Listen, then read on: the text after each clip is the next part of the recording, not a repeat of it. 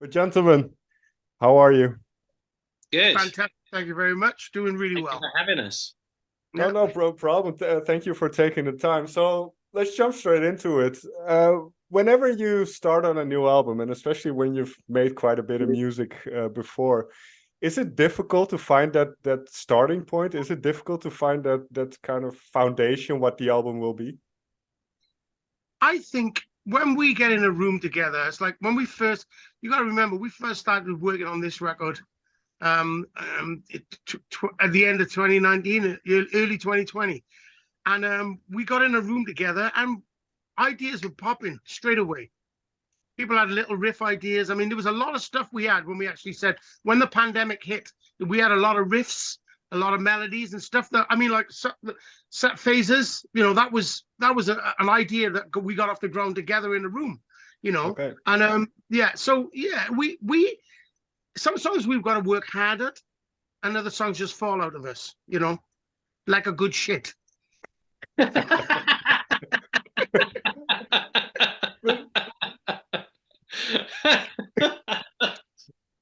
It's no, it's perfect. But I've heard this before, where if a song is too difficult to get out, or it's too much effort, those usually aren't the good songs. The best songs are the ones that kind of fall out immediately. Depends. It all depends on the song. There's songs on the album that took a little longer than others, and songs that we had to really work on. I remember going back to other albums. There's songs that we started in one style, and then it sort of developed into another style. And I know now, going back, I preferred what we originally were doing. But I mean, I think you just got to keep developing, do what you're doing in your writing room. I think that's most important. The melody sort of wins, I think. Okay. I think the melody wins. I think it can be whatever style song we're writing. If the melody's strong, it could end up being an acoustic reggae song or something like Our Religion. It doesn't really matter as long as the base of the melody. Yeah. And then I'd say even more important than the lyric, if I'm honest. I think if you've got that melody, then you base everything around that. And sometimes it can come from a lyric, and then you make your melody. But if that melody is working, then it's like, okay, bingo, we can run with this. Definitely. Yeah. Well, so you mentioned Our Religion, which is the opener of the album. So let's jump into that one. It's a heavy song, but it details kind of your philosophy, I suppose, on what you do or what you've been doing. Yeah, that's exactly what it is. I mean, like I really believe that Our Religion is basically a call to the arms of the Skindred fan.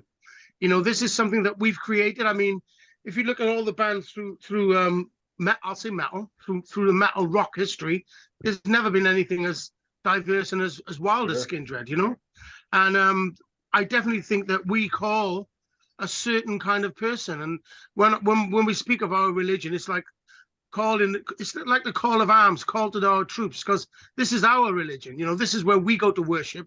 This is where we go to break bread and have communion. And I really think that Skindred is not a cult. Well, I guess a culty way, but not gonna kill anybody. That kind of vibe. But I think the music, what we make, is definitely a unity sound that brings people together from all walks of life and all genres and all different. The best thing I can describe when people say that Skindred is a bridge building band.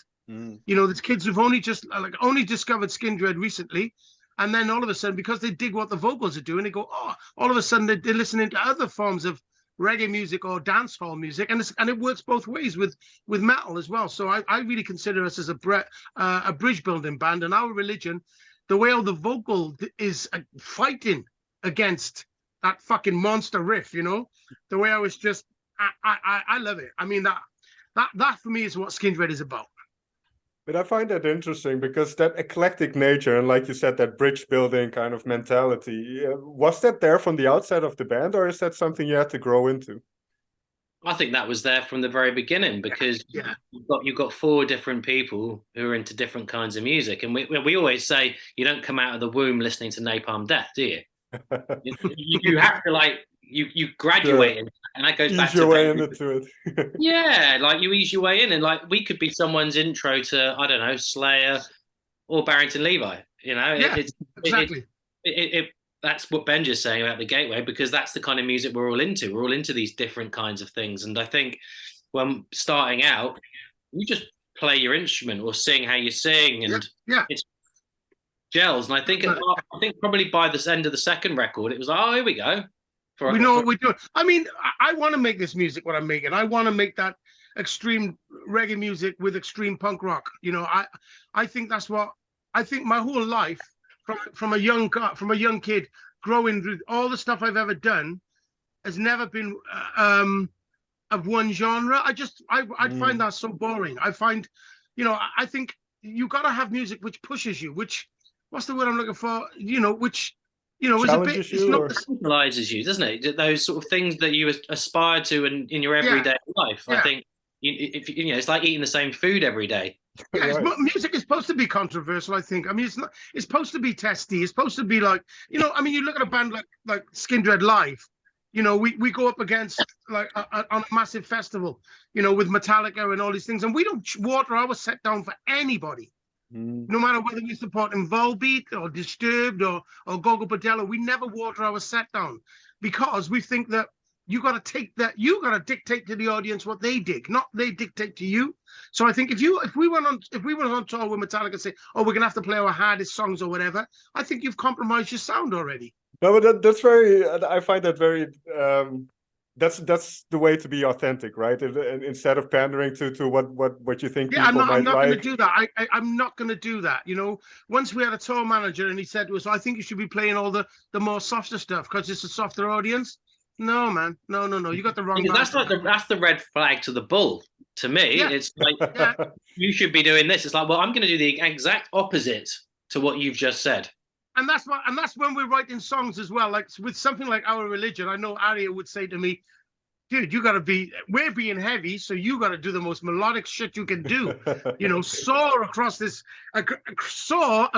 evil force, you know? And I think that's something, always go against it, you know? I think that's the thing, is like, do what you do. Yeah. Over stuff that people would go, why is he doing that? And it's like, well, that's because you do what you do. Yeah, it's uncompromising. Uncompromising. You know? Audio destruction. No, and I think when you win over people in that fashion, it's even more satisfying, because then it's like, okay, you've introduced something new to them. Totally. You know what? We've won more fans in the last 3 years than we ever have. Okay. And that's because we've toured with bands like, you know, respect bands like Volbeat and also Kiss. You know, and these people are going there, they've never heard of Skindred.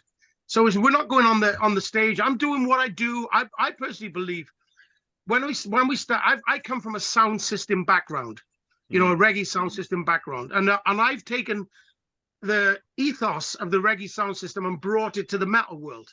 And I ain't doing anything different. I'm still doing pull-ups and rewinds and come again selectors in the middle of a fucking Metallica audience. I'm doing what we do, because I really believe that integrity is more important in music than anything. And if like I said, if we're going on stage and we're playing a show and we're letting the crowd dictate to us, I think it's the worst thing you can do as a band. You know, I mean, if I went on stage, if we somehow, some way, if we've got to play with the Rolling Stones, I'm not changing it.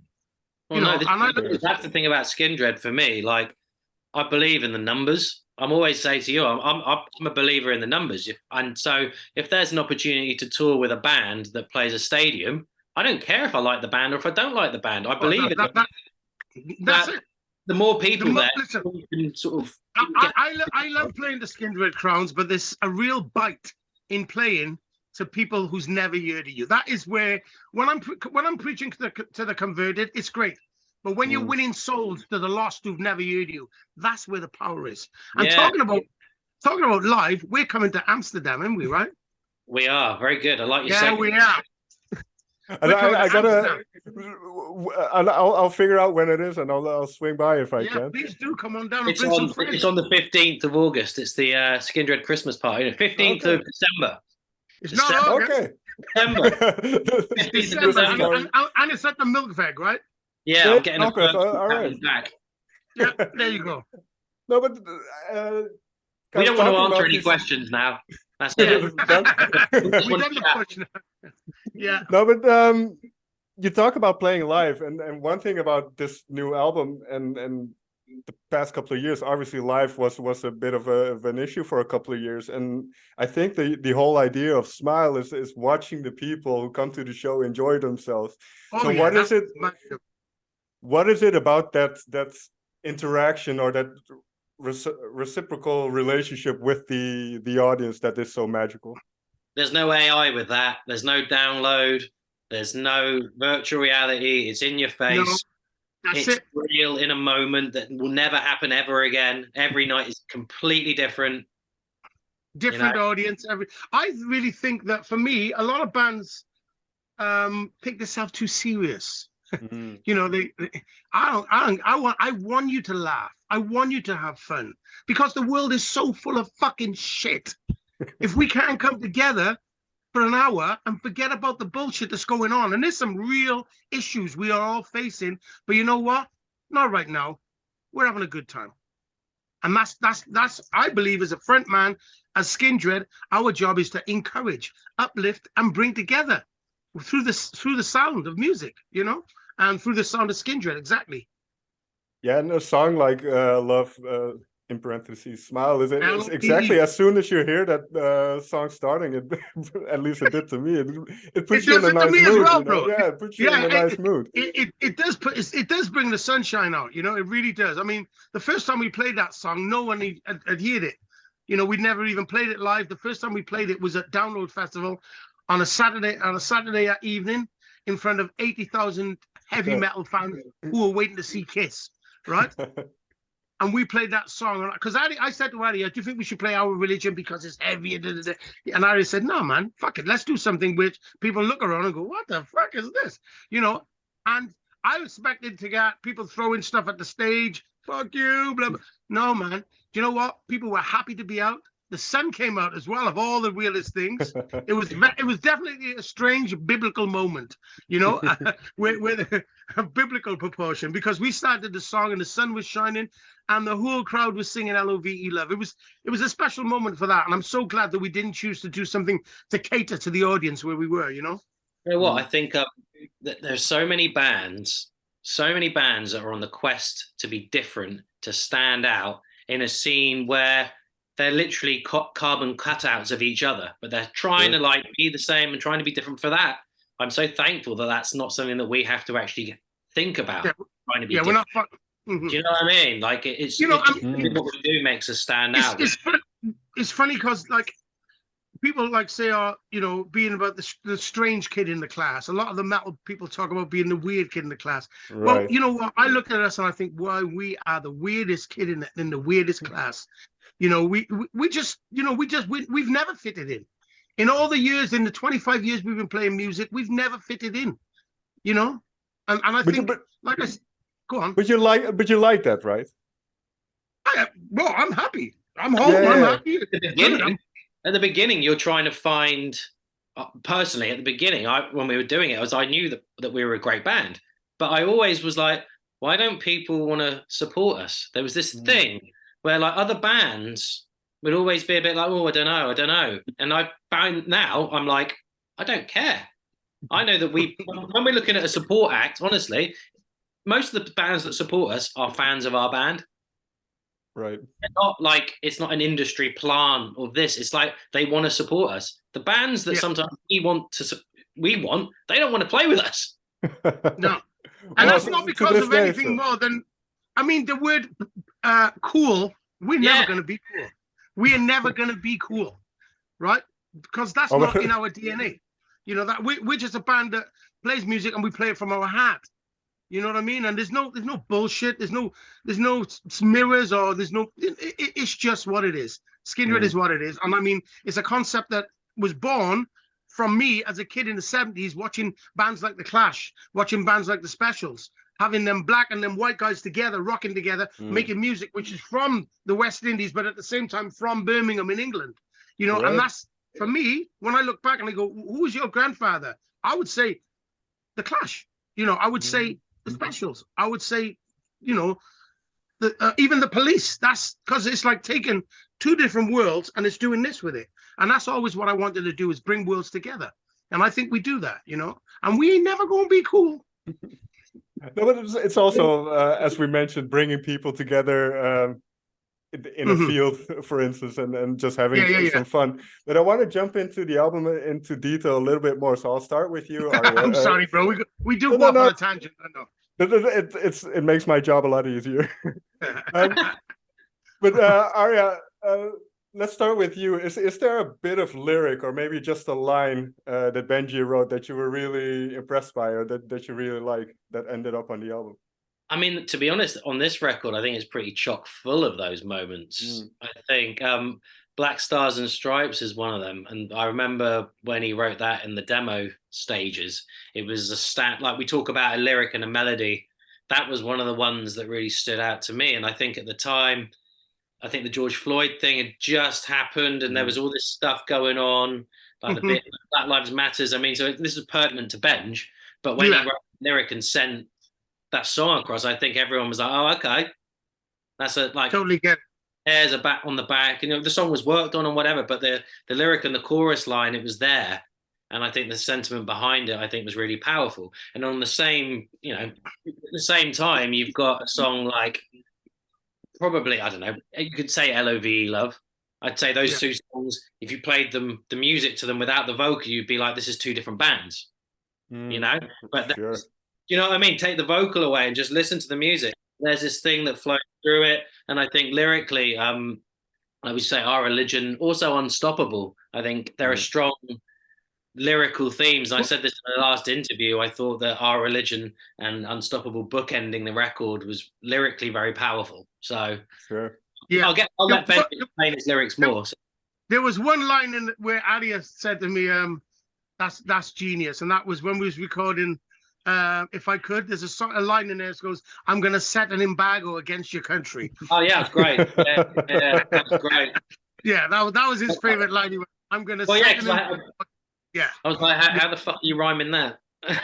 Yeah, exactly. I don't know.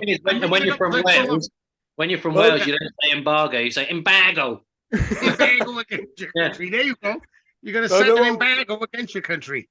But before I ask you your favorite line, Benji, the one that I really like from Life That's Free is there's much more to life than there's much more to life than what your problems weigh. Problems. That's the word I problems. Yeah. There is a raise up, King. There's much more to life than what your problems weigh. One right decision. This is the difference from night to day. Holding position, fulfilling your dreams. Don't let them slip away. There you go. I really love that line because it's so symbolic of resilience. The idea of the life can be difficult at times, but there's still much more to life than just your own. Well, I'll be honest with you. I got a lot. I live in a neighborhood which is, I'd say, there's quite a high percentage of friends of mine and family members who let drugs take over their life, and they struggle with that every day. And I mean, even popping around to the store, I know I'm going to see 3 or 4 of my friends who are carrying this weight of drug abuse, and I get inspired a lot from this neighborhood that I live in, because it's so. It is. I mean, I choose to live in a neighborhood in my town, which is basically the more rougher end of town, Sure. But this is where I am, and this is where I'm happy, and I feel like I need to be here to be a beacon of light to those who are stumbling in the darkness, and they know where I'm from and what I've done and what I've seen, So I think with a song like Life That's Free, it's for me, it's a cry of empowering those who are going through it, And I think as a lyricist and as a band, you're responsible for putting out a lifeline to people in some way, even if it's just something that they'll think about down the road in life. But I really do, and I feel strongly about that. Yeah, I love that song, and I'm glad you like that line. Just very quickly, I don't know if you have another interview after this one, but just let me know. So I'll. No, it's cool, man. You carry on. We're in no rush. It's all good. But so conversely, then, Benji, is there something that Arya did on the record? Can be anything that you were impressed by. Can be a film. Can be. There's a song. I think there's one song. I think it's called Addict. Just one. No, you did a lot. You did a few things, Brad. But there's one part what I call the Kate Bush part, right?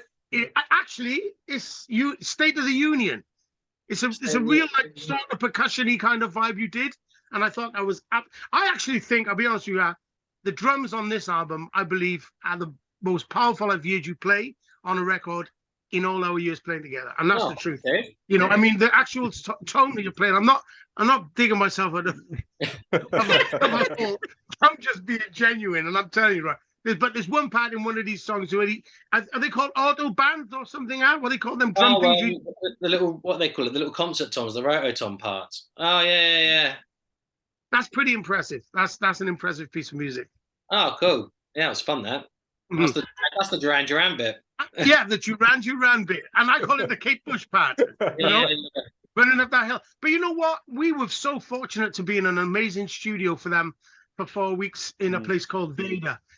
In Worcestershire in England, a gentleman called Matt Terry owns a Georgian mansion, and he's got a recording studio in there. And I tell you what, the vibes in that studio really, I think the vibes really helped the band, you know, deliver the records you're listening to today. You know what? I agree, because my favourite records we've done, there's been one, for me as a drummer, there's been one common thing in my favourite records we've done, is that the gear is left up always. Yeah. So if you have an idea, you can just rush in and do it. Yeah, like Benji could be doing a vocal and they could finish and take and go, look, I've got this, you know, before the producer's even gone, the next thing we're going to do is this. You've gone, look, I've got this idea for so-and-so. Can I just run in and do it? And you get to get your ideas, and then you can express yourself really quickly without it being like this timetable of like, well, you've got 2 days to do the drums, then we do the bass, then we do the guitars, then it's vocals. I hate doing records like that. I like where you have the world and you can dip in. And I remember hearing that Prince always did that. He'd basically in his house, he'd have a drum studio, guitar, bass, keyboards, and he'd be able to just run in. I mean, I'm not saying that we're like 4 little princes, but you know, nice thing I know. That do that, you know, and like that went for vocals, guitar, bass, drums, whatever. Well, I mean, in all the records we've ever done, I've always gone into the vocal booth, like, you know, with the headphones on, and I'm separated. And what I enjoyed this time was actually recording in the room with the band and people hanging out, you know, and I'm singing the song and people, you know, just, you know, enjoying the vocal takes. And I thought that was really good. The headphones sounded great, and Julian, the producer, was really good when it came to laying down the vocal tracks, you know. Was that a result then of not having been able to spend time together for a while? Because I can imagine when you're kind of separated for a while and then you get together, you kind of feel like when you were 16 again and you're just hanging out with your friends. I think that, definitely. I think we couldn't see each other. So when we got to actually record, I feel like we were happy in each other's company and not sick of each other. I know I say that sincerely, not like... No, totally. I also think that there was, for me, and I can speak for Arya, I'm sure, there was an air of gratitude and thankfulness that you're doing what you do. And I think, whereas before, you took it for granted. I was going to be flying here, I was going to be doing this, I was going to be doing that. But then all of a sudden, the world paused, and you're going, what the fuck? What do I do now? Have I got to go and join my brother's fucking painting and decorating company? You know, it's like all these things are in your mind. But then, I have friends and bands that have their albums come out in COVID, and so to be robbed of all the, like, I call touring the reward. This is the reward, like all your hard work, talking to people like yourself, getting to play live, and being robbed of all of that. I mean, that's really tragic. And there were so many bands and acts that had that, and then would split up, small acts that couldn't do it. And so for us, just weathering the storm and then being able to come back and enjoy, like I say, each other's company, take it, you know, don't take it for granted. And be able to play music and be really, you know, creative and inspired. Yeah, and be great. Just being grateful for it again, you know. Just, I think that was the most important part of Smile, is realizing what you've got, you know. Yeah, and then eventually that's why you do it, right? Because this is my last question then, but you talked about kind of feeling like the weirdo within the group of weirdos. So do you set goals for yourselves? Do you, for instance, if we take the unstoppable idea, I'm unstoppable, what are you, I don't know if that's the right way to phrase it, but what are you working towards? Is there something you're working towards? You know what? Pardon? Every day we're working towards something. You know, the way I'd like to describe the question what you just put to us then, you know, I believe that we are building a solid foundation and we are building 4 walls, which are solid on the foundation. But you know what? We're building this house, we're building this castle, but we're not putting no roof on it. Because why? The sky's the limit. Perfect. I think on those words, that's a good way to end. Gentlemen, may I thank you very so much for Thank your you time. so much. Thank you for your time. Thank you so much. We do appreciate you. Thank you. Yes, thank you very much.